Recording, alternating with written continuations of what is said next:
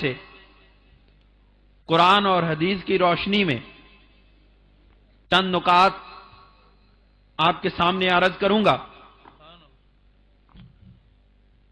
ایک حضور علیہ الصلوۃ والسلام کے لینے کی بات ہوگی اور ایک حضور علیہ الصلوۃ والسلام کے دینے کی بات ہوگی۔ بس اسی میں اپنی بات کو ختم کروں گا۔ دوستو، آگے بڑھنے سے پہلے ایک گزارش یہ ہے کہ آسمان سے رحمت کی بارش ہوتی ہے۔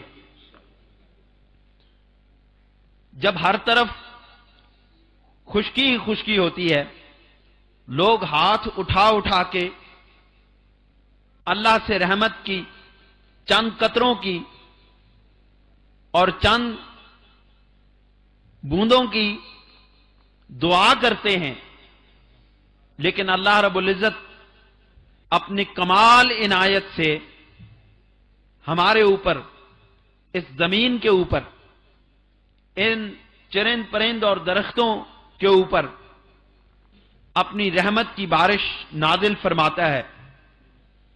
تمام زمین سیراب ہو جاتی ہے، گلیاں بھر جاتی ہیں، نالے بھر جاتے ہیں، دریا بھر جاتے ہیں، جوہر بھر جاتے ہیں، ہر چیز اس رحمت کی بارش سے بھر جاتی ہے۔ لیکن اگر نہیں بھرتا تو ایک وہ برتن نہیں بھرتا جو الٹا پڑا ہوا ہے۔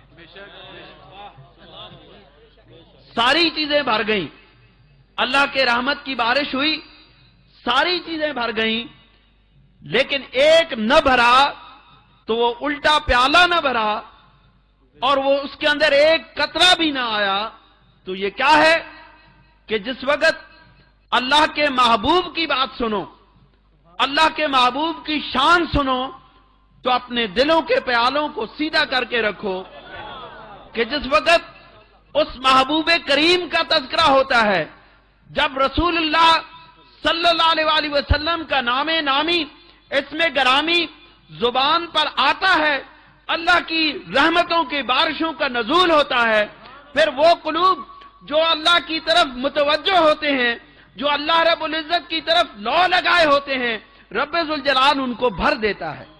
سبحان اللہ۔ اور بھرتا بھی ایسا ہے کہ انا اعطیناک الکوثر۔ بس اسی کے اوپر